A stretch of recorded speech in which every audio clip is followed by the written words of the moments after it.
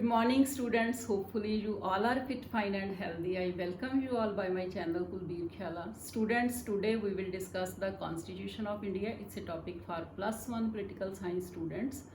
ਅੱਜ ਅਸੀਂ ਭਾਰਤ ਦੇ ਸੰਵਿਧਾਨ ਬਾਰੇ ਜਾਣਾਂਗੇ students, but before going to the topic there is one message for you students. This is my channel name Kulbir Khyala. Kindly subscribe it and press the bell icon. In this way you can view all the lectures concerned with political science as well as the new updates. Hopefully you will do the best. Now students, let's go for the topic. Students, kindly view all these pictures and answer who are these famous personalities. Hopefully you will get the answer during the lecture. Our today's topic is Indian Constitution and salient features of Indian Constitution. ਅੱਜ ਅਸੀਂ ਜਾਣਾਂਗੇ ਭਾਰਤ ਦਾ ਸੰਵਿਧਾਨ ਤੇ ਇਸ ਦੀਆਂ ਵਿਸ਼ੇਸ਼ਤਾਵਾਂ। ਇਹ +1 ਦੇ ਪੋਲੀਟੀਕਲ ਸਾਇੰਸ ਦੇ ਸਟੂਡੈਂਟਸ ਲਈ ਟੌਪਿਕ ਹੈ। Students, it's very interesting and important topic and very informative topic. Now students, first slide, ਭਾਰਤੀ ਸੰਵਿਧਾਨ ਦੀ ਭੂਮਿਕਾ, ਇੰਟਰੋਡਕਸ਼ਨ, Constitution of India. ਸੋ ਸੰਵਿਧਾਨ ਐਕਚੁਅਲੀ ਹੈ ਕੀ ਹੈ, ਪਹਿਲਾਂ ਇਸ ਦੇ ਬਾਰੇ ਗੱਲ ਕਰਦੇ ਹਾਂ ਕਿ ਸੰਵਿਧਾਨ ਦੇਸ਼ ਦੇ ਸਰਵ ਉੱਚ ਕਾਨੂੰਨ ਦਾ ਲਿਖਿਆ ਹੋਇਆ ਉਹ ਦਸਤਾਵੇਜ਼ ਹੈ ਜਿਸ ਦੇ ਅਨੁਸਾਰ ਸਾਰੇ ਦੇਸ਼ ਦਾ ਸ਼ਾਸਨ ਪ੍ਰਬੰਧ ਚਲਾਇਆ ਜਾਂਦਾ ਹੈ। ਇਹ ਕਾਨੂੰਨਾਂ ਦਾ ਉਹ ਦਸਤਾਵੇਜ਼ ਹੈ ਜਿਹੜਾ ਸਰਕਾਰ ਬਾਰੇ ਦੱਸਦਾ ਹੈ, ਸਰਕਾਰ ਦੀ ਕਿਸਮ ਬਾਰੇ ਦੱਸਦਾ ਹੈ, ਸਰਕਾਰ ਕਿਸ ਤਰ੍ਹਾਂ ਕੰਮ ਕਰਦੀ ਹੈ, ਸਰਕਾਰ ਅਤੇ ਦੇਸ਼ ਦੇ ਨਾਗਰਿਕਾਂ ਦੇ ਆਪਸੀ ਸੰਬੰਧਾਂ ਨੂੰ ਬਿਆਨ ਕਰਦਾ ਹੈ। ਇਸ ਸਾਰੇ ਨੂੰ ਅਸੀਂ ਸੰਵਿਧਾਨ ਆਖਦੇ ਹਾਂ। ਸੋ ਸਟੂਡੈਂਟਸ, ਅਗਰ ਤੁਹਾਨੂੰ ਪੁੱਛਿਆ ਜਾਵੇ ਕਿ ਤੁਸੀਂ ਇੱਕ ਲਾਈਨ ਦੇ ਵਿੱਚ ਸੰਵਿਧਾਨ ਕੀ ਹੈ ਇਸ ਦੇ ਬਾਰੇ ਲਿਖਣਾ ਹੈ ਜਾਂ ਦੱਸਣਾ ਹੈ, ਤੇ ਤੁਸੀਂ ਕਿਸ ਤਰ੍ਹਾਂ ਆਨਸਰ ਦਿਓਗੇ ਕਿ ਸੰਵਿਧਾਨ ਦੇਸ਼ ਦੇ ਸਰਵਉੱਚ ਕਾਨੂੰਨ ਦਾ ਲਿਖਿਆ ਹੋਇਆ ਦਸਤਾਵੇਜ਼ ਹੈ ਜਿਸ ਦੇ ਅਨੁਸਾਰ ਸਾਰੇ ਦੇਸ਼ ਦਾ ਸ਼ਾਸਨ ਪ੍ਰਬੰਧ ਚਲਾਇਆ ਜਾਂਦਾ ਹੈ। Now students, Constitution is a written document of the supreme laws of the country according to which the administration of the whole country is run. This document is a set of rules and laws which determine and describe the forms of government as well as the relation of citizen and the government. This all is called Constitution. So if you want to answer in one line that what is Constitution, how you will answer like that Constitution is a written document of supreme laws of the country according to which the administration of the whole country is run. Hopefully you all can understand well that संविधान की है और what is Constitution. एक या 2 number का question आ सकता है। Now students, next slide. What is Constitution? संविधान की है। Just took an example to prove, to make you understand well. Like students, ਇਹ ਸੰਵਿਧਾਨ ਹੈ ਤੇ ਇਹਦੇ ਵਿੱਚ ਸਾਰੇ ਦੇਸ਼ ਦਾ ਸ਼ਾਸਨ ਪ੍ਰਬੰਧ ਲਿਖਿਆ ਹੋਇਆ ਹੈ। ਕਿਹੜੀ ਸ਼ਾਸਨ ਪ੍ਰਣਾਲੀ, ਕਿਹੜੀ ਸਰਕਾਰ ਕੰਮ ਕਰਦੀ ਹੈ, ਰਾਸ਼ਟਰਪਤੀ ਦੀਆਂ ਸ਼ਕਤੀਆਂ ਕੀ ਹਨ, ਨਾਗਰਿਕਾਂ ਦੇ ਅਧਿਕਾਰ ਕਰਤੱਵ ਕੀ ਹਨ, ਨਿਰਦੇਸ਼ਕ ਸਿਧਾਂਤ ਕੀ ਹਨ, ਨਿਆਂਪਾਲਿਕਾ ਦਾ ਕੀ ਕੰਮ ਹੈ, ਇਹ ਸਾਰਾ ਕੁਝ ਲਿਖਿਆ ਹੋਇਆ ਹੈ। ਵਿਧਾਨ ਪਾਲਿਕਾ ਕਿੰਜ ਕਾਨੂੰਨ ਪਾਸ ਕਰਦੀ ਹੈ, ਕਾਰਜਪਾਲਿਕਾ ਕਿਸ ਤਰ੍ਹਾਂ ਲਾਗੂ ਕਰਦੀ ਹੈ, ਐਂਡ ਇਹ ਤੋਂ ਗਵਰਨਮੈਂਟ ਜਿਹੜੀ ਹੈ ਇਹਦੇ ਅਕੋਰਡਿੰਗਲੀ ਕੰਮ ਕਰਦੀ ਹੈ। ਇਹਦੇ ਅਕੋਰਡਿੰਗਲੀ ਗਵਰਨਮੈਂਟ ਲੋਕਾਂ ਲਈ, ਦੇਸ਼ ਦੇ ਨਾਗਰਿਕਾਂ ਲਈ ਕਾਨੂੰਨ ਬਣਾਉਂਦੀ ਹੈ, ਸਬੰਧ ਸਥਾਪਿਤ ਕਰਦੀ ਹੈ। ਤੇ ਲਾਅ ਮੇਕਿੰਗ ਬਾਡੀਜ਼ ਕਿਹੜੀਆਂ ਹਨ, ਕਾਨੂੰਨ ਬਣਾਉਣ ਵਾਲੇ ਢਾਂਚੇ ਕਿਹੜੇ ਹਨ? ਫਸਟ ਹੈ ਲੈਜਿਸਲੇਚਰ, ਵਿਧਾਨ ਪਾਲਿਕਾ ਜਿਹੜੀ ਕਿ ਕਾਨੂੰਨਾਂ ਨੂੰ ਬਣਾਉਂਦੀ ਹੈ। ਐਕਸੀਕਿਊਟਿਵ, ਕਾਰਜਪਾਲਿਕਾ ਜਿਹੜੀ ਕਾਨੂੰਨਾਂ ਨੂੰ ਲਾਗੂ ਕਰਦੀ ਹੈ। ਤੇ ਨਿਆਂਪਾਲਿਕਾ ਕਾਨੂੰਨਾਂ ਦਾ ਨਿਰੀਖਣ ਕਰਦੀ ਹੈ ਕਿ ਕੀ ਇਹ ਜਿਹੜੇ ਕਾਨੂੰਨ ਹਨ ਇਹ ਸੰਵਿਧਾਨ ਦੇ ਅਕੋਰਡਿੰਗਲੀ ਹਨ। So what do you understand by the Constitution? That this is a written document of supreme laws of the country and according to which the administration of the whole country is run. Government ਜਿਹੜੀ it works according to the Constitution. It establishes relation with the people according to the Constitution. Legislature is a law making body. It makes the laws, and executive to implement the law for the public, and judiciary reviews and interprets that the laws made and enacted that are according to the Constitution, that the law made by the legislature and enacted by the executive are according to the Constitution. Hopefully you all understand well that what is Constitution. Students, very simple to understand, like ਤੁਹਾਡਾ syllabus ਹੈ ਜਿਸ ਤਰ੍ਹਾਂ political science ਦਾ ਹੀ ਅਸੀਂ ਕਰਦੇ ਹਾਂ, ਔਰ ਉਹ syllabus ਜਿਹੜਾ ਹੈ ਉਹ ਤੁਹਾਨੂੰ ਸਿਸਟਮ ਦੇ ਅਕੋਰਡਿੰਗਲੀ ਕਰਾਇਆ ਜਾਂਦਾ ਹੈ ਕਿ ਜਿਸ ਤਰ੍ਹਾਂ ਇੰਨੇ ਚੈਪਟਰ ਜਿਹੜੇ ਹਨ ਤੁਹਾਨੂੰ ਜੂਨ ਤੱਕ ਕਰਾਣੇ ਹਨ, ਫਿਰ ਅੱਗੋਂ ਆਹ ਚੈਪਟਰ ਸ਼ੁਰੂ ਹੋਣੇ ਹਨ। ਕੋਈ ਵੀ ਤੁਹਾਡੇ ਲੈਕਚਰਰ ਸਾਹਿਬਾਨ ਆਪਣੀ ਮਰਜ਼ੀ ਨਾਲ ਕੰਮ ਨਹੀਂ ਕਰਦੇ, ਔਰ ਸੈਟ ਰੂਲਸ ਦੇ ਅਕੋਰਡਿੰਗਲੀ ਤੁਹਾਨੂੰ ਟੀਚ ਕੀਤਾ ਜਾਂਦਾ ਹੈ। ਇਸੇ ਤਰ੍ਹਾਂ ਹੀ ਸਾਡਾ ਸੰਵਿਧਾਨ ਲਿਖਿਆ ਹੋਇਆ ਸਰਵਉੱਚ ਕਾਨੂੰਨ ਹੈ, ਔਰ ਉਹਦੇ ਅਕੋਰਡਿੰਗਲੀ ਹੀ ਜਿਹੜੇ ਲਾਜ਼ ਹਨ ਉਹ ਬਣਦੇ ਹਨ ਤੇ ਲਾਗੂ ਕੀਤੇ ਜਾਂਦੇ ਹਨ। So I hope you all can understand well. Now the next slide. ਹੁਣ ਅਸੀਂ ਜਾਣਾਂਗੇ ਕਿ ਸੰਵਿਧਾਨ ਕਿਵੇਂ ਬਣਿਆ, how the constitution was prepared. So students, ਭਾਰਤੀ ਸੰਵਿਧਾਨ ਦਾ ਨਿਰਮਾਣ ਜਿਹੜਾ ਸੀ ਉਹ ਆਜ਼ਾਦੀ ਜਿਹੜੀ ਆਪਾਂ 15 ਅਗਸਤ 1947 ਨੂੰ ਸਾਡਾ ਦੇਸ਼ ਆਜ਼ਾਦ ਹੋਇਆ ਸੀ, ਬਟ ਭਾਰਤੀ ਸੰਵਿਧਾਨ ਦਾ ਨਿਰਮਾਣ ਜਿਹੜਾ ਸੀ ਉਹ ਪਹਿਲਾਂ ਹੀ ਸ਼ੁਰੂ ਕੀਤਾ ਗਿਆ। ਕੈਬਨਿਟ ਮਿਸ਼ਨ ਯੋਜਨਾ ਅਧੀਨ ਭਾਰਤੀ ਸੰਵਿਧਾਨ ਦੇ ਨਿਰਮਾਣ ਲਈ ਸੰਵਿਧਾਨ ਸਭਾ ਜਿਹੜੀ ਹੈ ਉਸ ਨੂੰ ਬਣਾਇਆ ਗਿਆ, ਔਰ ਸੰਵਿਧਾਨ ਸਭਾ ਜਿਹੜੀ ਹੈ ਉਸ ਦੀ ਪਹਿਲੀ ਮੀਟਿੰਗ ਜਿਹੜੀ ਹੈ ਸਟੂਡੈਂਟਸ ਉਹ 9 ਦਸੰਬਰ 1946 ਨੂੰ ਹੋਈ। ਇਟ ਮੀਨਸ 9 ਦਸੰਬਰ 1946 ਤੋਂ ਹੀ ਕੈਬਨਿਟ ਮਿਸ਼ਨ ਯੋਜਨਾ ਦੀ ਸਿਫਾਰਿਸ਼ ਦੇ ਅਧੀਨ ਸੰਵਿਧਾਨ ਸਭਾ ਦਾ ਨਿਰਮਾਣ ਕਰਕੇ ਤੇ ਸੰਵਿਧਾਨ ਨੂੰ ਬਣਾਉਣ ਦਾ ਕਾਰਜ ਜਿਹੜਾ ਸੀ ਆਰੰਭ ਹੋਇਆ। ਫਸਟ ਮੀਟਿੰਗ ਜਿਹੜੀ ਆ 9 ਦਸੰਬਰ 1946 ਨੂੰ ਡਾਕਟਰ ਸਚਦਾਨੰਦ ਜੀ ਜਿਹੜੇ ਹਨ ਉਹਨਾਂ ਦੀ ਪ੍ਰਧਾਨਗੀ ਹੇਠ ਹੋਈ, ਜਿਹਦੇ ਵਿੱਚ 210 ਸੰਵਿਧਾਨ ਸਭਾ ਦੇ ਮੈਂਬਰਸ ਨੇ ਹਿੱਸਾ ਲਿਆ, ਬਟ ਐਕਚੁਅਲੀ ਦੇ ਵਿੱਚ ਕੁੱਲ ਸੰਵਿਧਾਨ ਸਭਾ ਦੇ ਮੈਂਬਰ ਜਿਹੜੇ ਹਨ ਉਹ 389 ਸਨ। ਸੋ ਸੈਕੰਡ ਮੀਟਿੰਗ ਜਿਹੜੀ ਉਹ 11 ਦਸੰਬਰ 1946 ਨੂੰ ਫਿਰ ਸੰਵਿਧਾਨ ਸਭਾ ਦੀ ਹੋਈ, ਜਿਸ ਦੇ ਵਿੱਚ ਡਾਕਟਰ ਰਜਿੰਦਰ ਪ੍ਰਸਾਦ ਜੀ, ਉਹਨਾਂ ਦੀ ਪਿਕ ਹੈ, ਉਹਨਾਂ ਨੂੰ ਸਰਬਸੰਮਤੀ ਦੇ ਨਾਲ ਸੰਵਿਧਾਨ ਸਭਾ ਦੇ ਪ੍ਰਧਾਨ ਚੁਣ ਲਿਆ ਗਿਆ। ਨਾਓ ਸਟੂਡੈਂਟਸ, ਪੰਡਿਤ ਜਵਾਹਰ ਲਾਲ ਨਹਿਰੂ ਜੀ ਜਿਹੜੇ ਕਿ ਸਾਡੇ ਦੇਸ਼ ਦੇ ਪਹਿਲੇ ਪ੍ਰਧਾਨ ਮੰਤਰੀ ਹਨ, ਉਹਨਾਂ ਨੇ 13 ਦਸੰਬਰ 1946 ਨੂੰ ਸੰਵਿਧਾਨ ਸਭਾ ਦੇ ਵਿੱਚ ਉਦੇਸ਼ ਪ੍ਰਸਤਾਵ ਜਿਹੜਾ ਹੈ ਉਹ ਪੇਸ਼ ਕੀਤਾ। ਤੁਸੀਂ ਇੱਥੇ ਪੁੱਛੋਗੇ ਕਿ ਉਦੇਸ਼ ਪ੍ਰਸਤਾਵ ਕਿਸ ਦੇ ਬਾਰੇ ਸੀ? ਉਦੇਸ਼ ਪ੍ਰਸਤਾਵ ਸੰਵਿਧਾਨ ਦੀ ਵਿਚਾਰਧਾਰਾ ਤੇ ਸੰਵਿਧਾਨ ਦੇ ਉਦੇਸ਼ਾਂ ਸਿਧਾਂਤਾਂ ਬਾਰੇ ਉਦੇਸ਼ ਪ੍ਰਸਤਾਵ ਪੰਡਿਤ ਜਵਾਹਰ ਲਾਲ ਨਹਿਰੂ ਜੀ, ਜੋ ਸਾਡੇ ਦੇਸ਼ ਦੇ ਪਹਿਲੇ ਪ੍ਰਧਾਨ ਮੰਤਰੀ, ਉਹਨਾਂ ਨੇ ਸੰਵਿਧਾਨ ਸਭਾ ਦੇ ਵਿੱਚ ਪੇਸ਼ ਕੀਤਾ, ਜਿਸ ਦੇ ਉੱਤੇ ਬਹੁਤ ਸਾਰੀ ਡਿਸਕਸ਼ਨ ਹੋਈ ਤੇ ਉਸ ਨੂੰ 22 ਜਨਵਰੀ 1947 ਨੂੰ ਯੂਨੈਨੀਮਸਲੀ ਸਰਬਸੰਮਤੀ ਦੇ ਨਾਲ ਸੰਵਿਧਾਨ ਸਭਾ ਨੇ ਸਵੀਕਾਰ ਕਰ ਲਿਆ, ਔਰ ਇਸ ਤਰ੍ਹਾਂ ਜਿਹੜਾ ਸੰਵਿਧਾਨ ਦਾ ਜਿਹੜਾ ਕਾਰਜ ਆ ਉਹ ਆਰੰਭ ਹੋ ਗਿਆ। ਔਰ ਕਿਸ ਨੇ ਕੀਤਾ? ਸੰਵਿਧਾਨ ਸਭਾ ਨੇ ਸੰਵਿਧਾਨ ਨੂੰ ਬਣਾਉਣ ਦਾ ਕਾਰਜ ਆਰੰਭ ਕੀਤਾ। So you have to remember first meeting 9 ਦਸੰਬਰ 1946 ਨੂੰ ਡਾਕਟਰ ਸਚਦਾਨੰਦ ਜੀ ਨੇ ਇਹਦੀ ਪ੍ਰਧਾਨਗੀ ਕੀਤੀ, ਬਜ਼ੁਰਗ ਜਿਹੜੇ ਮੈਂਬਰ ਸੀ ਸੰਵਿਧਾਨ ਸਭਾ ਦੇ। ਫਿਰ 11 ਦਸੰਬਰ ਨੂੰ ਡਾਕਟਰ ਰਜਿੰਦਰ ਪ੍ਰਸਾਦ ਜਿਹੜੇ ਉਹ ਸਥਾਈ ਪ੍ਰਧਾਨ ਬਣੇ ਸੰਵਿਧਾਨ ਸਭਾ ਦੇ, ਜਿਹੜੇ ਕਿ ਸਾਡੇ ਪਹਿਲੇ ਰਾਸ਼ਟਰਪਤੀ ਵੀ ਬਾਅਦ ਚ ਬਣੇ।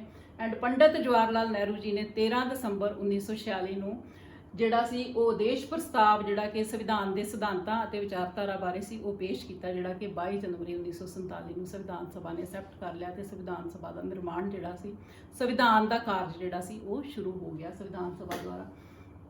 ਸੋ the Constitution of India was drafted by the Constituent Assembly on the recommendations of the Cabinet Mission Plan, and its first meeting was held on 9th December 1946 under the chairmanship of Dr. Sachdanand, the eldest member of the Constituent Assembly. At that time 210 members of the Constituent Assembly took part in the meeting, but actually there are 389 members of the Constituent Assembly. Total member of the Constituent Assembly are 389. Second meeting was held on 11th December 1946 and Dr. Rajendra Prasad ji elected as a permanent chairman of the Constituent Assembly. And on 13th December, Pandit Jawaharlal Nehru, 13th December 1946, Pandit Jawaharlal Nehru ji presented an objective resolution concerned with the ideology and the principles of the Constitution of India, which was accepted by the Constituent Assembly unanimously on 22nd January 1947, and in this way the Constitution was started to make by the Constituent Assembly. So hopefully students, you all can understand well. Now students, I am going to continue ਕਿ making of the constitution of India, Bharat ਦਾ ਸੰਵਿਧਾਨ ਕਿਵੇਂ ਬਣਿਆ। ਸੋ ਸੰਵਿਧਾਨ ਦੇ ਵੱਖ-ਵੱਖ ਪਹਿਲੂਆਂ ਤੇ ਵਿਚਾਰ ਕਰਨ ਲਈ ਸੰਵਿਧਾਨ ਸਭਾ ਦੀਆਂ ਵੱਖ-ਵੱਖ ਕਮੇਟੀਆਂ ਬਣਾਈਆਂ ਗਈਆਂ। ਉਹਦੇ ਵਿੱਚੋਂ ਕੁਝ ਇੰਪੋਰਟੈਂਟ ਕਮੇਟੀਆਂ ਜਿਹੜੀਆਂ ਹਨ ਉਹਨਾਂ ਦੇ ਮੈਂ ਨਾਮ ਲਿਖੇ ਹਨ, जिस तरह संघी शक्तियां दी कमेटी यूनियन पावर कमेटी बनाई गई, संघी संविधान कमेटी, यूनियन कॉन्स्टिट्यूशन कमेटी बनाई, प्रांतक कमेटी, प्रोविंशियल कॉन्स्टिट्यूशन कमेटी बनाई गई। दैन संघ ते राज्यां वित्ती संबंधी committee on financial relations between the union and the states वो बनाई गई। सलाहकार कमेटी बनाई गई, एडवाइजरी कमेटी बनाई गई एंड नियमां संबंधी कमेटी बनाई गई, कमेटी ऑन रूल्स। सो ਇਹ ਸਾਰੀਆਂ ਕਮੇਟੀਆਂ ਬਣਾਈਆਂ ਗਈਆਂ ਤਾਂ ਕਿ ਉਸ ਸੰਵਿਧਾਨ ਦੇ ਅਲੱਗ-ਅਲੱਗ ਪਹਿਲੂਆਂ ਤੇ ਅਲੱਗ-ਅਲੱਗ ਤਰੀਕਿਆਂ ਦੇ ਨਾਲ ਵਿਚਾਰ ਕਰ ਸਕਣ। ਇਸ ਤਰ੍ਹਾਂ ਇਟ ਮੀਨਸ ਕਿ ਬਹੁਤ ਹੀ ਸੋਚ ਵਿਚਾਰ ਤੋਂ ਬਾਅਦ ਜਿਹੜਾ ਸੰਵਿਧਾਨ ਸਭਾ ਜਿਹੜੀ ਸੀ ਉਹ ਬੜਾ ਸੋਚ ਵਿਚਾਰ ਕੇ ਤੇ ਸੰਵਿਧਾਨ ਨੂੰ ਬਣਾ ਰਹੀ ਸੀ। ਸੋ ਔਨ 29 ਅਗਸਤ 1947 ਨੂੰ ਕਮੇਟੀਆਂ ਦੀ ਰਿਪੋਰਟ ਨੂੰ ਰਿਵਿਊ ਕਰਨ ਲਈ ਇੱਕ ਕਮੇਟੀ ਦਾ ਗਠਨ ਕੀਤਾ ਗਿਆ ਜਿਸ ਦਾ ਨਾਮ ਸੀ ਮਸੌਦਾ ਕਮੇਟੀ ਤੇ ਜਿਸ ਦੇ ਪ੍ਰਧਾਨ ਡਾਕਟਰ ਭੀਮ ਰਾਓ ਅੰਬੇਦਕਰ ਜੀ ਬਣੇ। ਡਾਕਟਰ ਭੀਮ ਰਾਓ ਅੰਬੇਦਕਰ ਜੀ ਨੂੰ ਸੰਵਿਧਾਨ ਦੇ ਨਿਰਮਾਤਾ ਵੀ ਕਿਹਾ ਜਾਂਦਾ ਹੈ। ਮੀਨਸ ਕਿ ਮਸੌਦਾ ਕਮੇਟੀ ਕੀ ਹੈ ਕਿ ਇਹ ਜਿਹੜੀਆਂ ਕਮੇਟੀਆਂ 6 ਬਣੀਆਂ ਹਨ ਜਾਂ ਹੋਰ ਵੀ ਬਣੀਆਂ ਸੀ ਤਾਂ ਉਹ ਸਾਰੀ ਰਿਪੋਰਟ ਜਿਹੜੀ ਹੈ ਉਹ ਮਸੌਦਾ ਕਮੇਟੀ ਨੂੰ ਸੌਂਪਣਗੀਆਂ ਤੇ ਮਸੌਦਾ ਕਮੇਟੀ ਜਿਹੜੀ ਹੈ ਉਹਦੇ ਤੇ ਸਾਰੇ ਤੇ ਰਿਵਿਊ ਕਰੇਗੀ, ਜਾਂਚ ਕਰੇਗੀ ਇਸ ਤਰ੍ਹਾਂ। ਸੋ ਇਹਦੇ ਮਸੌਦਾ ਕਮੇਟੀ ਦੇ ਜਿਹੜੇ ਪ੍ਰਧਾਨ ਸੀ ਉਹ ਡਾਕਟਰ ਭੀਮ ਰਾਓ ਅੰਬੇਦਕਰ ਬਣਾਏ ਗਏ। Now students, on 29th August 1947, Dr. Bhim Rao Ambedkar was elected as a chairman of the drafting committee to review the report of the different committees. So students, ਜਦੋਂ ਮਸੌਦਾ ਤਿਆਰ ਹੋਇਆ ਤੇ ਉਹਦੇ ਵਿੱਚ ਕਮ ਸੇ ਕਮ 7635 ਜਿਹੜੀਆਂ ਸੋਧਾਂ ਹਨ ਉਹਨਾਂ ਦੀ ਸਿਫਾਰਿਸ਼ ਕੀਤੀ ਗਈ, ਜਿਹਦੇ ਤੇ ਤਕਰੀਬਨ 2400 ਤੇ 2475 ਜਿਹੜੀਆਂ ਸੋਧਾਂ ਹਨ ਉਹਨਾਂ ਨੂੰ ਪ੍ਰਵਾਨ ਕਰਕੇ ਤੇ ਉਹਨਾਂ ਤੇ ਰਿਵਿਊ ਕੀਤਾ ਗਿਆ। ਸੋ ਇਸ ਤਰ੍ਹਾਂ ਜਿਹੜਾ ਸੰਵਿਧਾਨ ਹੈ ਇਹ ਬੜਾ ਲੰਬੇ ਚੌੜੇ ਡਿਸਕਸ਼ਨਸ ਤੋਂ ਬਾਅਦ, ਰਿਵਿਊ ਤੋਂ ਬਾਅਦ ਜਿਹੜਾ ਸੀ ਸੰਵਿਧਾਨ ਸਭਾ ਜਿਹੜੀ ਆ ਉਹਨੇ ਇਹਨੂੰ ਅਪਣਾਇਆ। Now next slide, I hope you all can understand well. Implementation of the constitution, ਸੰਵਿਧਾਨ ਨੂੰ ਲਾਗੂ ਕੀਤੇ ਜਾਣਾ। ਲਾਈਕ ਇਹ ਸਾਡੇ ਰਾਸ਼ਟਰਪਤੀ, ਪਹਿਲੇ ਰਾਸ਼ਟਰਪਤੀ ਜਿਹੜੇ ਹਨ ਉਹ ਚੁਣੇ ਗਏ ਡਾਕਟਰ ਰਜਿੰਦਰ ਪ੍ਰਸਾਦ ਜੀ। ਸੋ ਭਾਰਤ ਦਾ ਸੰਵਿਧਾਨ ਸਭਾ ਦੁਆਰਾ 26 ਨਵੰਬਰ 1949 ਨੂੰ ਤਿਆਰ ਹੋ ਗਿਆ, ਬਣ ਗਿਆ ਐਂਡ ਇਹਨੂੰ ਬਣਨ ਵਿੱਚ 2 ਸਾਲ 11 ਮਹੀਨੇ ਤੇ 18 ਦਿਨ ਦਾ ਜਿਹੜਾ ਸਮਾਂ ਲੱਗਾ ਹੈ। ਸੋ ਸੰਵਿਧਾਨ ਸਭਾ ਦਾ ਉਸ ਤੋਂ ਬਾਅਦ ਅੰਤਮ ਮੀਟਿੰਗ ਹੋਈ, ਅੰਤਮ ਸਮਾਗਮ ਹੋਇਆ 24 ਜਨਵਰੀ 1950 ਨੂੰ। ਔਰ ਇਹਦੇ ਵਿੱਚ ਕੀ ਹੋਇਆ ਕਿ ਸੰਵਿਧਾਨ ਸਭਾ ਦੀਆਂ 3 ਕਾਪੀਆਂ ਸੀ, ਇੱਕ ਹੱਥ ਲਿਖਤ ਕਾਪੀ ਹਿੰਦੀ ਵਿੱਚ, ਇੱਕ ਹੱਥ ਲਿਖਤ ਕਾਪੀ ਇੰਗਲਿਸ਼ ਵਿੱਚ ਤੇ ਇੱਕ ਪ੍ਰਿੰਟਡ ਕਾਪੀ ਇੰਗਲਿਸ਼ ਵਿੱਚ। ਹੋਰ ਇਹਨਾਂ ਤਿੰਨੋਂ ਕਾਪੀਜ਼ ਤੇ ਬੱਚਿਓ ਸਾਰੇ ਹੀ ਸੰਵਿਧਾਨ ਸਭਾ ਦੇ ਮੈਂਬਰਸ ਨੇ ਸਾਈਨ ਕੀਤੇ ਐਂਡ ਲਾਸਟ ਤੇ ਡਾਕਟਰ ਰਜਿੰਦਰ ਪ੍ਰਸਾਦ ਜਿਹੜੇ ਸੰਵਿਧਾਨ ਸਭਾ ਦੇ ਪ੍ਰਧਾਨ ਸਨ ਉਹਨਾਂ ਨੇ ਸਾਈਨ ਕੀਤੇ। ਔਰ 24 ਜਨਵਰੀ 1950 ਨੂੰ ਹੀ ਡਾਕਟਰ ਰਜਿੰਦਰ ਪ੍ਰਸਾਦ ਜੀ ਜਿਹੜੇ ਹਨ ਉਹਨਾਂ ਨੂੰ ਸਰਬਸੰਮਤੀ ਦੇ ਨਾਲ ਸਾਡੇ ਦੇਸ਼ ਦੇ ਪਹਿਲੇ ਰਾਸ਼ਟਰਪਤੀ ਜਿਹੜੇ ਹਨ ਰਾਸ਼ਟਰਪਤੀ ਉਹ ਬਣੇ। ਐਂਡ ਉਸ ਤੋਂ ਬਾਅਦ 26 ਜਨਵਰੀ 1950 ਨੂੰ ਸਾਡੇ ਦੇਸ਼ ਦਾ ਸੁਤੰਤਰ ਭਾਰਤ ਦਾ ਜਿਹੜਾ ਸੰਵਿਧਾਨ ਹੈ ਉਹ ਲਾਗੂ ਹੋ ਗਿਆ ਤੇ ਸਾਡੇ ਦੇਸ਼ ਦਾ ਸਰਵਉੱਚ ਕਾਨੂੰਨ ਬਣ ਗਿਆ। ਅਸੀਂ ਹਰ ਸਾਲ 26 ਜਨਵਰੀ ਜਿਹੜੀ ਹੈ ਉਹ ਸੈਲੀਬ੍ਰੇਟ ਕਰਦੇ ਹਾਂ। ਉਸ ਦਿਨ ਸਾਡਾ ਦੇਸ਼ ਪ੍ਰਭੂਸੱਤਾ ਸੰਪੰਨ ਬਣਿਆ ਔਰ ਸਾਡੇ ਦੇਸ਼ ਦਾ ਜਿਹੜਾ ਸਰਵਉੱਚ ਕਾਨੂੰਨ ਹੈ ਸੰਵਿਧਾਨ ਉਸ ਦਿਨ ਲਾਗੂ ਕੀਤਾ ਗਿਆ। Now students, constitution was adopted means made on 26 November 1949 and it took 2 years 11 months and 18 days, and the last meeting was held on 24th January 1950. All the members of the Constituent Assembly put their signatures on all 3 copies. One was handwritten in Hindi, second was handwritten in English, and third was printed copy of English. And all the members of the Constituent Assembly signed on these 3 copies. And last, Dr. Rajinder Prasad signed on all the 3 copies. And on that day also, on 24th January 1950, Dr. Rajinder Prasad ji was elected as the first president of India by the Constituent Assembly unanimously. And on 26th January 1950, our constitution was enacted as a supreme law of the country. And on that day, every year on 26th January, we celebrate as a Republic Day. So hopefully students, you understand well that finally the constitution of independent India was enforced on 26 January 1950. ਇਸ ਤਰ੍ਹਾਂ ਜਿਹੜਾ ਸਾਡਾ ਸੰਵਿਧਾਨ ਸੀ ਉਹ ਲਾਗੂ ਕੀਤਾ ਗਿਆ। Students, I need your attention here also that these slides are written in both medium and students with concerned students can copy the slides with their mediums. So and also I am also explaining in both languages, so it will be helpful for the English medium students too.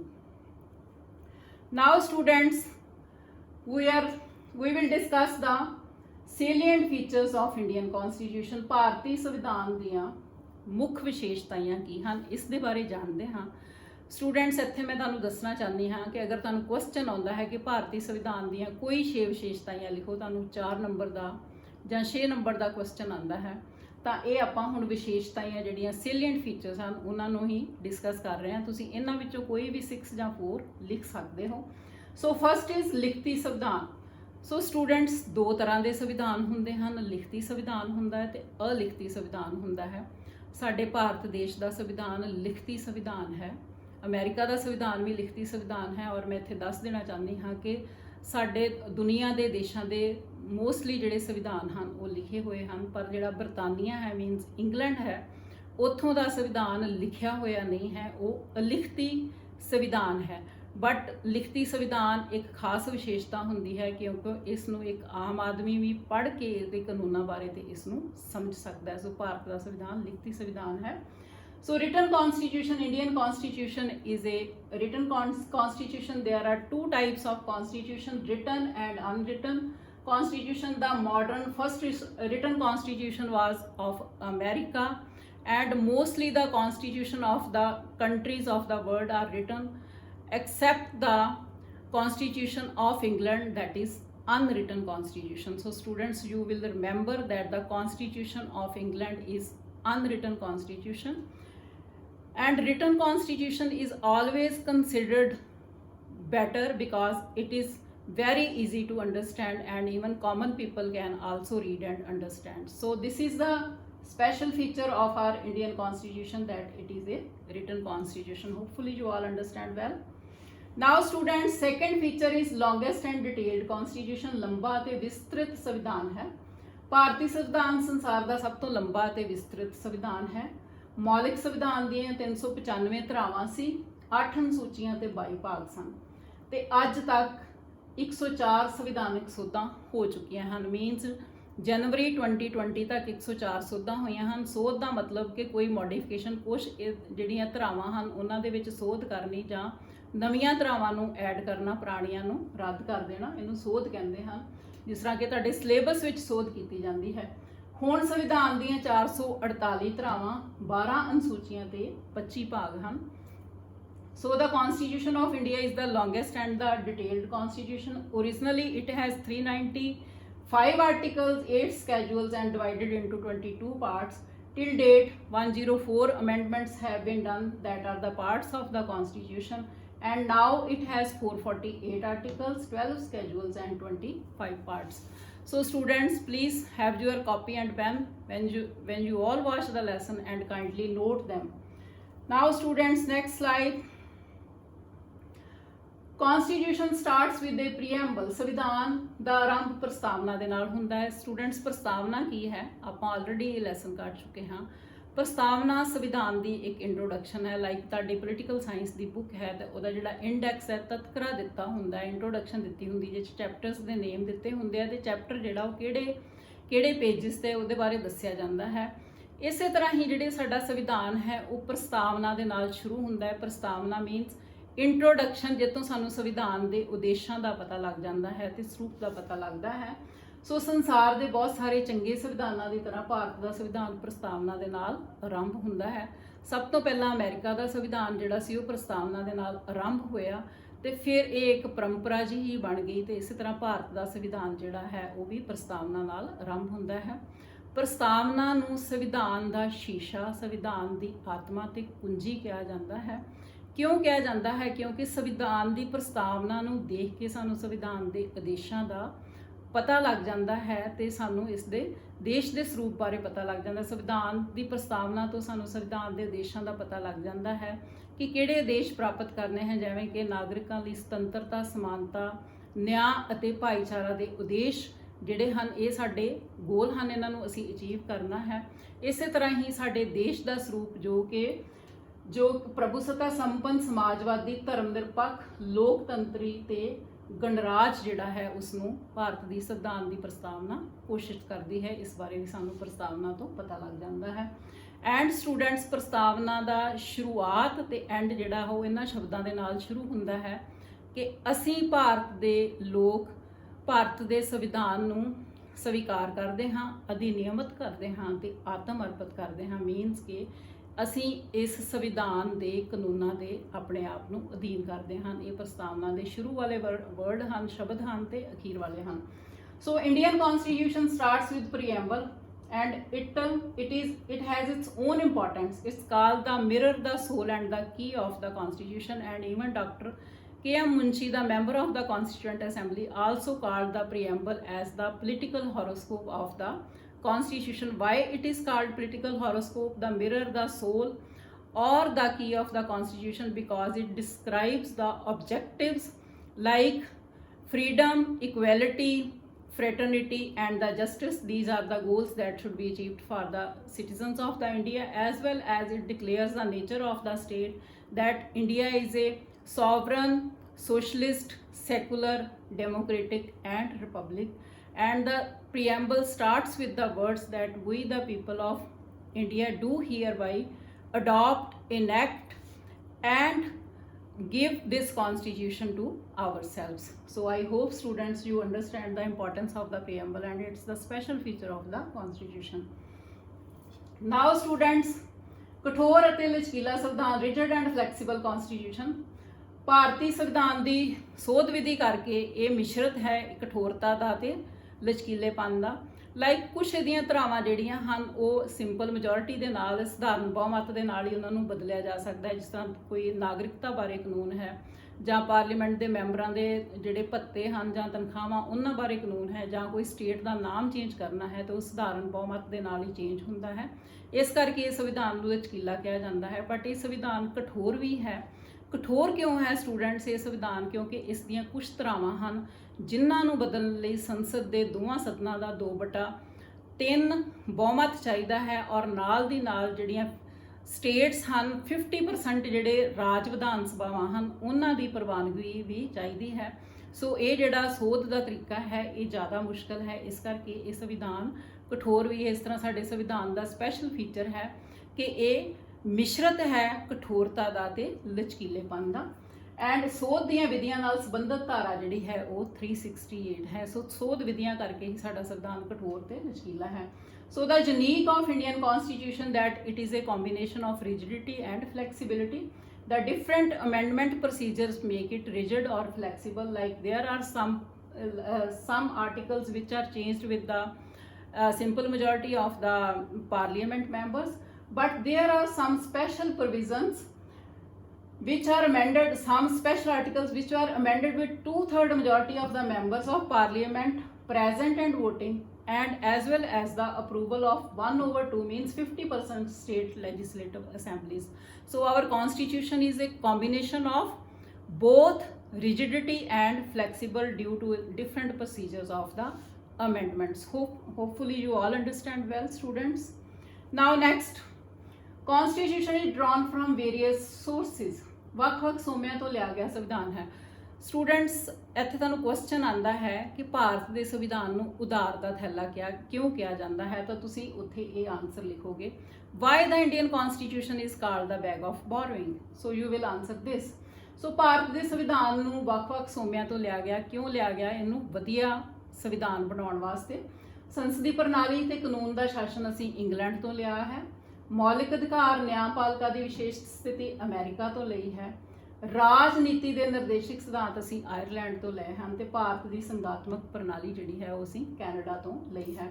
So to make the constitution good and workable are the members of the Constituent Assembly worked so hard to make the constitution best for the Indian people. So these are some systems which are taken from other constitution. Parliamentary system and rule of law is taken from British constitution. Fundamental rights and special position of judiciary America तो लिया गया है। Federal system from Canada and directive principle of state policy is taken from the Ireland. So ਇਹ ਜਿਹੜੇ ਹਨ ਇਹ different sources ਤੋਂ ਜਿਹੜੇ ਇਹ ਸਿਸਟਮ ਜਿਹੜੇ ਹਨ ਇਹ ਸਾਡੇ ਸੰਵਿਧਾਨ ਦੇ ਵਿੱਚ ਸ਼ਾਮਲ ਕੀਤੇ ਗਏ ਹਨ ਤਾਂ ਕਿ ਜਿਹੜਾ ਸੰਵਿਧਾਨ ਹੈ ਉਹ ਵਧੀਆ ਬਣ ਸਕੇ। Hopefully you all can understand well. Now students, ਸੰਸਦੀ ਪ੍ਰਣਾਲੀ ਦੀ ਸਰਕਾਰ, ਪਾਰਲੀਮੈਂਟਰੀ ਗਵਰਨਮੈਂਟ, ਸਾਡੇ ਦੇਸ਼ ਦੇ ਵਿੱਚ ਸਟੂਡੈਂਟ ਸੰਸਦੀ ਪ੍ਰਣਾਲੀ ਦੀ ਸਰਕਾਰ ਕੰਮ ਕਰ ਰਹੀ ਹੈ। ਸੋ ਭਾਰਤ ਵਿੱਚ ਸੰਸਦੀ ਪ੍ਰਣਾਲੀ ਦੀ ਸਰਕਾਰ ਅਪਣਾਈ ਗਈ ਔਰ ਇਹ ਸਿਸਟਮ ਅਸੀਂ ਕਿੱਥੋਂ ਲਿਆ ਹੈ? ਇੰਗਲੈਂਡ ਦੇ ਸੰਵਿਧਾਨ ਤੋਂ, ਜਿਸ ਦੇ ਵਿੱਚ ਨਾਮਾਤਰ ਕਾਰਜ ਸਾਧਕ ਮੁਖੀ ਰਾਸ਼ਟਰਪਤੀ ਨੂੰ ਮੰਨਿਆ ਜਾਂਦਾ ਹੈ ਤੇ ਰਾਸ਼ਟਰਪਤੀ ਦੇ ਨਾਂ ਦੇ ਉੱਤੇ ਸਾਰੀਆਂ ਸ਼ਕਤੀਆਂ ਦੀ ਵਰਤੋਂ ਕੀਤੀ ਜਾਂਦੀ ਹੈ। ਰਾਸ਼ਟਰਪਤੀ ਜੀ ਆਪ ਸ਼ਕਤੀਆਂ ਦੀ ਵਰਤੋਂ ਨਹੀਂ ਕਰਦੇ ਹਨ। ਅਸਲੀ ਕਾਰਜ ਸਾਧਕ ਮੁਖੀ ਜਿਹੜੇ ਹਨ ਉਹ ਸਾਡੇ ਪ੍ਰਧਾਨ ਮੰਤਰੀ ਹੁੰਦੇ ਹਨ ਜੋ ਕਿ ਸਾਰੀਆਂ ਸ਼ਕਤੀਆਂ ਦੀ ਵਰਤੋਂ ਕਰਦੇ ਹਨ ਤੇ ਵਿਧਾਨ ਪਾਲਿਕਾ ਤੇ ਕਾਰਜਪਾਲਿਕਾ ਵਿੱਚ ਗੂੜੇ ਸੰਬੰਧ ਹੁੰਦੇ ਹਨ ਤੇ ਜਿਹੜਾ ਮੰਤਰੀ ਪ੍ਰੀਸ਼ਦ ਹੈ ਉਹ ਲੋਕ ਸਭਾ ਮੀਨਸ ਕਿ ਸੰਸਦ ਦੇ ਹੇਠਲੇ ਸਦਨ ਦੇ ਆਪਣੇ ਸਾਰੇ ਹੀ ਕੰਮਾਂ ਲਈ ਜ਼ਿੰਮੇਵਾਰ ਹੁੰਦਾ ਹੈ। ਇਸ ਲਈ ਜ਼ਿੰਮੇਵਾਰ ਸਰਕਾਰ ਹੈ। ਕੇਂਦਰ ਤੇ ਰਾਜਾਂ ਦੋਵਾਂ ਵਿੱਚ ਹੀ ਸੰਸਦੀ ਪ੍ਰਣਾਲੀ ਦੀ ਸਰਕਾਰ ਜਿਹੜੀ ਸਾਡੇ ਦੇਸ਼ ਕੰਮ ਕਰ ਰਹੀ ਹੈ। ਸੋ ਇਹ ਵੀ ਸਾਡੇ ਸੰਵਿਧਾਨ ਦਾ ਸਪੈਸ਼ਲ ਫੀਚਰ ਹੈ ਕਿ parliamentary farm of government was adapted in the constitution. So after the long discussion in the Constituent Assembly, finally decision was taken to adopt a parliamentary government at both levels, center and state. In parliamentary form of government, there are two heads. One is nominal, that is President of India, and he doesn't use his powers, but the powers are used on his name. Similarly, there is the real executive is the Prime Minister and the Cabinet of Ministers, and the Prime Minister and Cabinet of Ministers exercise the real powers, and executive is responsible for their actions towards the legislature. So this is called also responsible government. So parliamentary system is adopted in our constitution, and till the date parliamentary system is running in our country. Hopefully you all understand well, students. Next, fundamental rights, ਮੌਲਿਕ ਅਧਿਕਾਰ। ਸੋ ਸੰਵਿਧਾਨ ਦੇ ਰਚਨਹਾਰਿਆਂ ਨੇ ਇਸ ਚੀਜ਼ ਨੂੰ ਵੀ focus ਕੀਤਾ ਕਿ ਸਾਡੇ ਭਾਰਤ ਦੇ ਨਾਗਰਿਕਾਂ ਨੂੰ ਮੌਲਿਕ ਅਧਿਕਾਰ ਦਿੱਤੇ ਜਾਣੇ ਚਾਹੀਦੇ ਹਨ। ਸੋ ਇਹ ਸੰਵਿਧਾਨ ਦੇ ਤੀਸਰੇ ਅਧਿਆਏ ਵਿੱਚ 12 ਤੋਂ 35 ਜਿਹੜੇ ਆਰਟੀਕਲ ਹਨ ਉਹ ਮੁੱਢਲੇ ਅਧਿਕਾਰਾਂ ਦੇ ਨਾਲ ਕੰਸਰਨਡ ਹਨ। ਸੋ ਸੰਵਿਧਾਨ ਦੇ ਤੀਜੇ ਅਧਿਆਏ ਵਿੱਚ ਧਾਰਾ 12 ਤੋਂ 35 ਤੱਕ ਨਾਗਰਿਕਾਂ ਨੂੰ 6 ਮੌਲਿਕ ਅਧਿਕਾਰ ਦਿੱਤੇ ਗਏ ਹਨ। ਫਸਟ ਸਮਾਨਤਾ ਦਾ ਅਧਿਕਾਰ ਹੈ, ਸੈਕੰਡ ਸੁਤੰਤਰਤਾ ਦਾ ਅਧਿਕਾਰ, ਥਰਡ ਸ਼ੋਸ਼ਣ ਵਿਰੋਧ ਅਧਿਕਾਰ, ਫੋਰਥ ਧਾਰਮਿਕ ਸੁਤੰਤਰਤਾ ਦਾ ਅਧਿਕਾਰ, ਫਿਫਥ ਸੱਭਿਆਚਾਰਕ ਤੇ ਵਿਦਿਅਕ ਅਧਿਕਾਰ ਹੈ, ਐਂਡ 6 ਇਜ਼ ਸੰਵਿਧਾਨਕ ਉਪਾਵਾਂ ਦਾ ਅਧਿਕਾਰ। ਇਹ ਸਾਰੇ 6 ਜਿਹੜੇ ਫੰਡਾਮੈਂਟਲ ਰਾਈਟ ਹੈ ਸਾਨੂੰ ਦਿੱਤੇ ਗਏ ਹਨ। So 6 fundamental rights are granted to citizens of India by our constitution under article 12 to 35 chapter 3rd of the constitution. First is right to equality, second is right to freedom, third is right against exploitation, fourth is right to religious freedom, fifth is cultural and educational right, and sixth is right to constitutional remedy. So these 6 rights are granted to the citizens of the India for their all round developments by the constitution of the India. So students, ਇਹਦੇ ਲਈ ਤੁਹਾਡਾ full topic ਹੈਗਾ ਹੈ which we will do in the next lesson. Fundamental duties, ਮੌਲਿਕ ਕਰਤੱਵ। ਮੌਲਿਕ ਅਧਿਕਾਰਾਂ ਦੇ ਨਾਲ ਨਾਲ ਸਟੂਡੈਂਟਸ ਮੌਲਿਕ ਕਰਤੱਵ ਜਿਹੜੇ ਹਨ ਉਹ ਵੀ ਇਸ ਦੇ ਵਿੱਚ ਸ਼ਾਮਲ ਕੀਤੇ ਗਏ ਹਨ। So 42nd amendment and that was done in 1976. 10 fundamental duties were included in the Constitution of India under chapter 4th A and in article 51A, and 11th fundamental duty was added in 86th amendment in 2002, and that is concerned with education, that parents will have their duty to provide opportunity to their wards for the education. So total 11 fundamental duties are included in the constitution till date.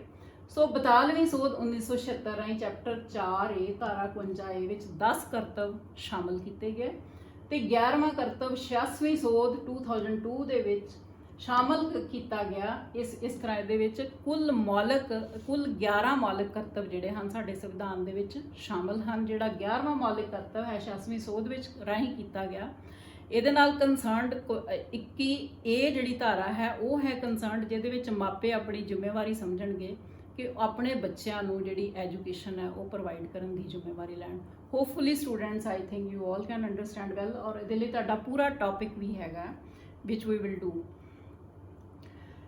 9th is federal form of government. Bharat ਦਾ ਸੰਵਿਧਾਨ 72 ਵਿੱਚ ਸੰਗਾਤਮਕ ਹੈ। Student ਸਾਡੇ ਦੇਸ਼ ਦੇ ਵਿੱਚ federal government ਚੱਲ ਰਹੀ ਹੈ, ਇਹ ਵੀ ਤੁਹਾਡੇ ਸਿਲੇਬਸ ਦਾ ਹਿੱਸਾ ਹੈ। ਫੈਡਰਲ ਗਵਰਨਮੈਂਟ ਭਾਰਤ ਦਾ ਸੰਵਿਧਾਨ ਬਣਤਰ ਵਿੱਚ ਸੰਗਾਤਮਕ ਹੈ, ਜਿਸ ਵਿੱਚ ਦੋਹਰੀ ਸ਼ਾਸਨ ਪ੍ਰਣਾਲੀ ਚੱਲਦੀ, ਜਿਸ ਤਰ੍ਹਾਂ ਸੈਂਟਰ ਦੀ ਗਵਰਨਮੈਂਟ ਹੈ, ਸਾਡੇ ਨਰਿੰਦਰ ਮੋਦੀ ਜੀ ਪ੍ਰਧਾਨ ਮੰਤਰੀ ਹਨ ਤੇ ਸੈਂਟਰ 'ਚ ਉਹਨਾਂ ਦੀ ਸ਼ਾਸਨ ਪ੍ਰਣਾਲੀ ਜੋ ਕਿ ਸਾਰੇ ਦੇਸ਼ ਲਈ ਕਾਨੂੰਨ ਬਣਾਉਂਦੀ ਹੈ।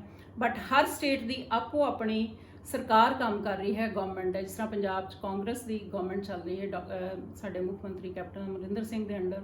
ਹਿਮਾਚਲ ਦੇ ਵਿੱਚ ਬੀਜੇਪੀ ਦੀ ਸਰਕਾਰ ਹੈ। ਇਸ ਤਰ੍ਹਾਂ ਰਾਜਸਥਾਨ ਦੀ ਆਪਣੀ ਗਵਰਨਮੈਂਟ ਹੈ, ਹਿਮਾਚਲ ਦੀ ਆਪਣੀ ਗਵਰਨਮੈਂਟ ਹੈ, ਬਿਹਾਰ ਦੀ ਆਪਣੀ ਗਵਰਨਮੈਂਟ ਐਂਡ ਯੂਪੀ ਦੀ ਆਪਣੀ, ਹਰ ਸਟੇਟ ਦੀ ਆਪਣੀ ਵੱਖਰੀ ਗਵਰਨਮੈਂਟ ਹੈ। ਇੱਕ ਸੈਂਟਰ ਦੀ ਗਵਰਨਮੈਂਟ ਹੈ, ਸਟੇਟਸ ਦੀਆਂ ਅਲੱਗ-ਅਲੱਗ ਗਵਰਨਮੈਂਟਸ ਆਪਣੀਆਂ ਆਪਣੀਆਂ ਹਨ। ਸੋ ਇਹਨੂੰ ਦੋਹਰਾ ਸ਼ਾਸਨ ਪ੍ਰਬੰਧ ਕਹਿੰਦੇ ਹਨ ਔਰ ਇਸ ਕਰਕੇ ਹੀ 3 ਸੂਚੀਆਂ ਬਣਾਈਆਂ ਗਈਆਂ ਹਨ। ਪਹਿਲੀ ਸੰਘੀ ਵਿਸ਼ਾ ਸੂਚੀ ਹੈ, ਜਿੱਥੇ ਸੈਂਟਰ ਕਾਨੂੰਨ ਬਣਾਉਂਦੀ ਹੈ, ਇਹਦੇ ਵਿੱਚ 97 ਵਿਸ਼ੇ ਸ਼ਾਮਲ ਹਨ।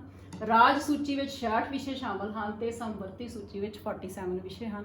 ਸੋ ਇਸ ਤਰ੍ਹਾਂ ਭਾਰਤ ਦੇ ਵਿੱਚ ਜਿਹੜਾ ਸਾਡਾ ਸੰਵਿਧਾਨ ਹੈ ਉਹਦੇ ਵਿੱਚ ਉਹ ਬਣਤਰ ਵਿੱਚ ਸੰਘਾਤਮਕ ਹੈ। So the structure of Indian Constitution is federal, as there is a double government, union government and the state governments, and the subjects are divided between the center and the states under 3 lists. First is union list. Central government can make laws on 29 subjects. State governments can make laws on 66 government, and concurrent, there is one concurrent list and 47 subjects are kept in concurrent list. And on these concurrent lists, both center and states can make laws. Hopefully you all can understand well. Now students, directive principles of state policy, ਰਾਜਨੀਤੀ ਦੇ ਨਿਰਦੇਸ਼ਕ ਸਿਧਾਂਤ ਵੀ ਸ਼ਾਮਲ ਕੀਤੇ ਗਏ ਹਨ ਸੰਵਿਧਾਨ ਦੇ ਵਿੱਚ, ਤਾਂ ਕਿ ਜਿਹੜੀਆਂ ਸਰਕਾਰਾਂ ਹਨ ਉਹ ਜ਼ਿੰਮੇਵਾਰ ਹੋਣ ਤੇ ਦੇਸ਼ ਦੇ ਨਾਗਰਿਕਾਂ ਦੇ ਲਈ ਭਲਾਈ ਦੇ ਕੰਮ ਕਰ ਸਕਣ। ਸੋ ਧਾਰਾ 36 ਤੋਂ 52 ਅਧਿਆਏ 4 ਵਿੱਚ ਰਾਜਨੀਤੀ ਦੇ ਨਿਰਦੇਸ਼ਕ ਸਿਧਾਂਤ ਸ਼ਾਮਲ ਕੀਤੇ ਗਏ ਹਨ, ਜੋ ਕਿ ਦੇਸ਼ ਦੇ ਸ਼ਾਸਨ ਪ੍ਰਬੰਧ ਲਈ ਦਿਸ਼ਾ ਨਿਰਦੇਸ਼ ਹਨ। ਇਹ ਕਿਹੜੇ ਹਨ? ਸਮਾਜਵਾਦੀ ਸਿਧਾਂਤ ਹੈ, ਉਦਾਰਵਾਦੀ ਸਿਧਾਂਤ, ਗਾਂਧੀਵਾਦੀ ਸਿਧਾਂਤ ਤੇ ਅੰਤਰਰਾਸ਼ਟਰੀ ਸਿਧਾਂਤ ਹੈ। So from Article 36 to 51 of the Constitution, directive principles of state policy are included as a guide and indicator for the state, and these are socialistic principle, liberal principle, Gandhian principle, international principle. Students, detailed ਦੇ ਵਿੱਚ ਤੁਹਾਡੇ syllabus ਦੇ ਵਿੱਚ directive principal of state policy ਹੈਗੇ ਨੇ, which we will do in the next month.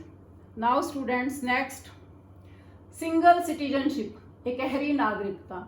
So students, ਅਸੀਂ ਕਿਸੇ ਵੀ ਪ੍ਰਾਂਤ ਵਿੱਚ ਰਹਿੰਦੇ ਹਾਂ, ਚਾਹੇ ਪੰਜਾਬ ਜਾਂ ਹਰਿਆਣਾ ਜਾਂ ਹਿਮਾਚਲ, ਕਿਸੇ ਵੀ ਦੇਸ਼ 'ਚ ਰਹਿੰਦੇ ਹਾਂ, ਬਟ ਅਸੀਂ ਭਾਰਤ ਦੇ ਨਾਗਰਿਕ ਅਖਾਉਂਦੇ ਹਾਂ। ਅਸੀਂ ਕੋਈ ਨਹੀਂ ਲਿਖਦੇ ਕਿ ਅਸੀਂ ਪੰਜਾਬ ਦੇ ਨਾਗਰਿਕ ਹਾਂ। ਅਸੀਂ ਕਿੱਥੋਂ ਦੇ ਨਾਗਰਿਕ ਹਾਂ? ਭਾਰਤ ਦੇ ਨਾਗਰਿਕ ਹਾਂ। ਕਿਉਂ ਲਿਖਦੇ ਹਾਂ? ਕਿਉਂਕਿ ਸਾਨੂੰ ਇਕਹਿਰੀ ਨਾਗਰਿਕਤਾ ਪ੍ਰਾਪਤ ਹੈ, ਸਿੰਗਲ ਸਿਟੀਜ਼ਨਸ਼ਿਪ ਪ੍ਰਾਪਤ ਹੈ। So single citizenship is granted to the citizen of India. Person is living in any part of the country, in any state of the country, but he is called a citizen of India only. So single citizenship is granted to us. Hopefully you all understand well that Bharat ਵਿੱਚ ਸਾਰੇ ਨਾਗਰਿਕ ਭਾਵੇਂ ਉਹ ਕਿਸੇ ਵੀ ਪ੍ਰਾਂਤ ਵਿੱਚ ਰਹਿੰਦੇ ਹਨ, ਉਹ ਭਾਰਤ ਦੇ ਨਾਗਰਿਕ ਅਖਾਉਂਦੇ ਹਨ। ਯੂਨੀਵਰਸਲ ਅਡਲਟ ਫਰੈਂਚਾਈਜ਼, ਸਰਵਜਨਕ ਬਾਲਗ ਮਤ ਅਧਿਕਾਰ, ਵੋਟ ਪਾਉਣ ਦਾ ਅਧਿਕਾਰ। ਸੋ under article 326, every individual at the age of 18 or above, men or woman, has right to cast vote without any discrimination of caste, color, creed or religion. Means ਧਾਰਾ 326 ਦੇ ਅਨੁਸਾਰ ਭਾਰਤ ਦੇ ਹਰ ਔਰਤ ਜਾਂ ਮਰਦ ਨੂੰ 18 ਸਾਲ ਜਾਂ ਇਸ ਤੋਂ ਵੱਧ ਉਹਦੀ ਏਜ ਹੈ, ਭਾਰਤ ਦਾ ਨਾਗਰਿਕ ਹੈ, ਬਿਨਾਂ ਕਿਸੇ ਭੇਦਭਾਵ ਦੇ ਉਹ ਆਪਣੀ ਮਰਜ਼ੀ ਦੇ ਨਾਲ ਵੋਟ ਜਿਹੜੀ ਹੈ ਉਹ ਪਾ ਸਕਦਾ ਹੈ। ਸੋ ਇਹ ਵੀ ਹੱਕ ਜਿਹੜਾ ਹੈ ਇਹ ਸਾਨੂੰ ਦਿੱਤਾ ਗਿਆ ਹੈ, ਸੰਵਿਧਾਨ ਦਾ ਸਪੈਸ਼ਲ ਫੀਚਰ ਹੈ। ਨਾਓ ਸਟੂਡੈਂਟਸ, ਇੰਡੀਪੈਂਡੈਂਟ ਜੁਡੀਸ਼ਰੀ, ਸੁਤੰਤਰ ਨਿਆਂਪਾਲਿਕਾ।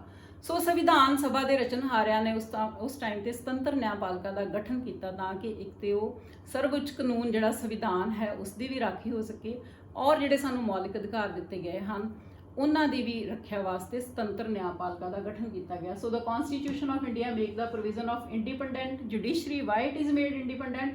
To safeguard the rights and liberties of the people. So Bharat ਦੇ ਸੰਵਿਧਾਨ ਨੇ ਲੋਕਾਂ ਦੀਆਂ ਸੁਤੰਤਰਤਾਵਾਂ ਤੇ ਅਧਿਕਾਰਾਂ ਦੀ ਰਾਖੀ ਲਈ ਸੁਤੰਤਰ ਨਿਆਂਪਾਲਿਕਾ ਜਿਹੜੀ ਹੈ ਉਸ ਦਾ ਗਠਨ ਕੀਤਾ। That is also special feature of our constitution. Provision of right to education, ਵਿਦਿਆ ਦੇ ਅਧਿਕਾਰ ਦੀ ਵਿਵਸਥਾ। So right to elementary education has been also provided to the children of age 6 to 14 under 86 Constitution amendment made in December 2002. Means ਕਿ 6 ਤੋਂ 14 ਸਾਲ ਦੇ ਜਿਹੜੇ ਬੱਚੇ ਹਨ ਉਹਨਾਂ ਨੂੰ ਲਾਜ਼ਮੀ ਤੇ ਮੁਫਤ ਐਜੂਕੇਸ਼ਨ ਦੇਣੀ ਜਿਹੜੀ ਹੈ, ਇਹ ਵੀ ਉਹਨਾਂ ਨੂੰ ਅਧਿਕਾਰ ਦਿੱਤਾ ਗਿਆ ਹੈ ਕਿ ਉਹਨਾਂ ਨੂੰ ਇਹ ਅਧਿਕਾਰ ਪ੍ਰਾਪਤ ਹੈ ਕਿ ਉਹ ਲਾਜ਼ਮੀ ਤੇ ਫ੍ਰੀ ਐਜੂਕੇਸ਼ਨ 6 ਤੋਂ 14 ਸਾਲ ਦੇ ਬੱਚੇ ਪ੍ਰਾਪਤ ਕਰ ਸਕਦੇ ਹਨ।